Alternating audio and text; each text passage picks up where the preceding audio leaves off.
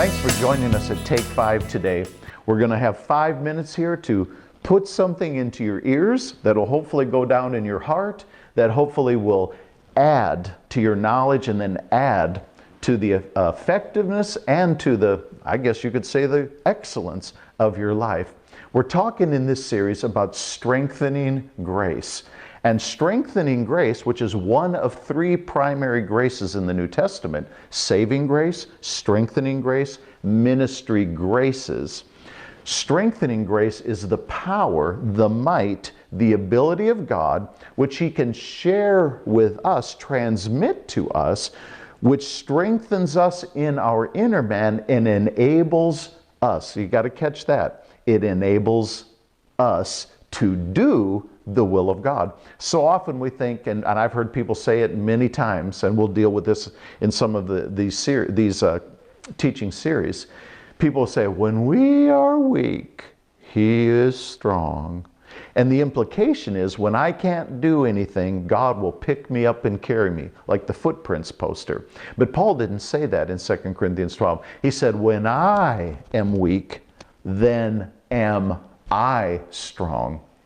It sounds kind of like a contradiction, but what Paul was saying is, when I'm weak in my own human strength, when I've exhausted my own strength, then this strengthening grace of the Lord, which he talked about in verse 9, empowers me and I become strong. You have to be strong to prevail.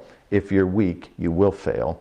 So we started in our last teaching in Ephesians chapter 1 with Paul's prayer for the Ephesians, praying for them continually, praying that their eyes would be open, praying that they would see and know some things. And he prayed 3 specific things. Number 1, that you might know the hope of your calling. Number 2, that you might know the riches of His inheritance in the saints. Number 3, this ties into our teaching, that you might know the exceeding greatness of His power to us, who believe, according to or equal to the power that He released in Christ when He raised Him from the dead.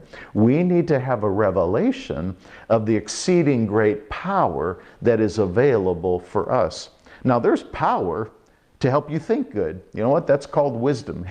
God can release His wisdom to you as a provision to help you with your thinking. Sometimes we need God's power in our body. That's called healing power. God can release His power into your body and it will make you well. But we also need strength for our soul, for our spirit, for our inner man. And the strength that God shares with us and ministers to us for our inner man is called strengthening grace. And that strength will fortify us. It will infuse us with God's ability, and it will enable us to stand, to walk, to run, and to resist. And so in this teaching series, we're going to be looking into this strengthening grace, and what I'm really going to focus on is Paul's revelation of strengthening grace, Paul's experience of strengthening grace, Paul's prayers concerning strengthening grace, and then Paul's exhortations concerning strengthening grace. But just here, back to Ephesians, this is just so good. Paul says, I want you to know the exceeding greatness of His power, but not His power in heaven, not His power for Jupiter or His power to move Saturn. No, His power to usward. I kind of like the King James here, to usward. Because you know what that shows us? It shows us where this power flows from, and it shows us where this power flows to. Peter said that God is the God of all grace. Peter said God gives grace to the humble. That's written to Christians.